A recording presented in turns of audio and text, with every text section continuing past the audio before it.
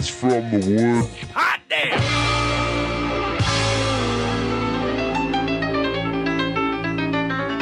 Well, you were talking about Limp Bizkit, and honestly, the worst, and I don't even know, I just remember, I actually saw Limp Bizkit in concert. What? I'll tell you about it. Whoa, seen them all. So I was in Germany. I saw them in Nuremberg. I know. All my stories Great venue like, for them. Great. So there were 1 million people there, right? It was the same summer I was in south of France. All that douchey foreign stories. Sorry, But they all involve. Well, seriously, I'd listen to anything about the south of France. in Nuremberg, Germany. This was a Wait, was Lenny Riefenstahl filming the concert? Who opened for Hitler? That was what Who was opened for crazy. Hitler that It was day? right. It was a 3-day During? like music festival. And Yeah. me and my girlfriend at the time went, and we were going because Radiohead was there. Guns N' Roses were supposed to be there, but they didn't fucking show up. Oh, was There it? a bunch This of was other- like the like a Buckethead revival era. of Guns N' Roses. The other yeah. big headliner, Mike Piazza the playing other drums. huge headliner, who was like bigger than all of them, was Aha. That was the huge. Yeah, they're big in that area. Yeah. Huge. But we go there, and it's like they have the area where Triumph of the Will was filmed. Oh God. They have the area where Hitler Good stood. God. And it's like all graffiti, weeds. I mean, it was so trippy.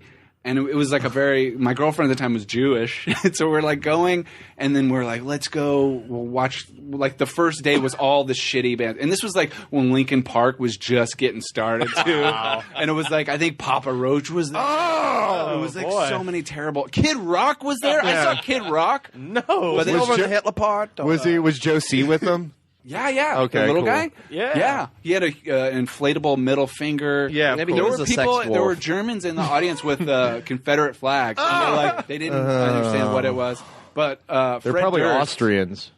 Fred Durst, he's like trying. He's just like trying to incite a riot. That's what he does. And like he halfway through, he goes, "Any of you who don't speak English, shut the fuck up." And it was great because half the crowd was like, "Huh?" And then the other half was like, "Yeah." They didn't know what they're just like blah blah blah blah. Well, blah, blah, blah, For what I understand, the most Germans I actually was going to speak say, English. I went to Germany. I only ran into one guy who didn't. Yeah. It was so surreal too, and this was like pre 9/11. Oh, I know, 'cause jeez. And it was that's the like thing. Americans were so cool, and I was like the coolest guy because I was American. And people would like talk to me in German and be like, "Oh, I'm sorry, I'm American." They're like, "Oh, you're American. You're so cool." And, it was crazy. Yeah, And, when you go there and you're like, I'm not sure if this is the most fucked up thing that's ever happened in Nuremberg. That says something. That says something. well, the weird part, it was like such a it's just like a bizarro alternate universe when you go to like I don't know if it's the same way now, but like then like this Wheatus song, Teenage Dirtbag, was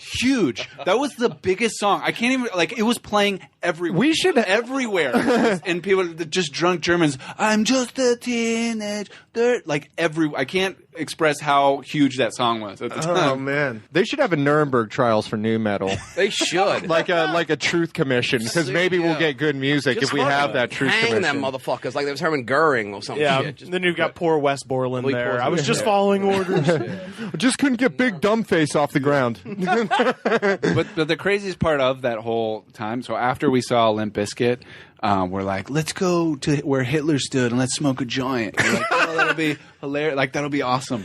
So we go over there and we're just hanging out. And it's me and my girlfriend and another friend. They're both Jewish.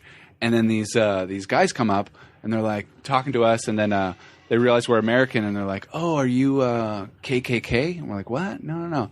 Because we're Nazis. Oh, And there were skinheads that were there. And we're like, oh, my God. And there's nothing. And we There's ended up, it was that shit very happens surreal. though. That's- they make and there's pilgrimages nothing- They were to there. that They were there shit. for Yeah. someone's birthday. and there's nothing more awkward than German interfacing. girlfriend? Well, no, interfacing with people who are like have that far right thing. And like you have a conversation with somebody and you have really no intuition of it, and then they just let it out at you, and you're just Well, like, they it's a wanted to talk very. about That's it. why I always say never smoke American spirits because they burn too slow. So if somebody bums one on you and the conversation goes racist, which has happened to me, it's hard to get the hell out of there.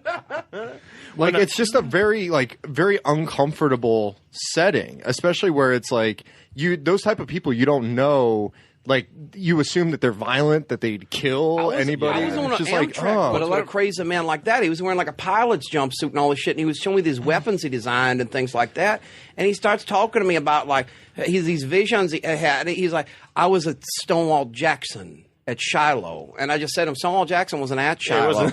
And he says to me, the visions aren't that clear. So, I mean, this is the kind of craziness you can have on the Amtrak because it's for the people that are too trashy to afford the airplane.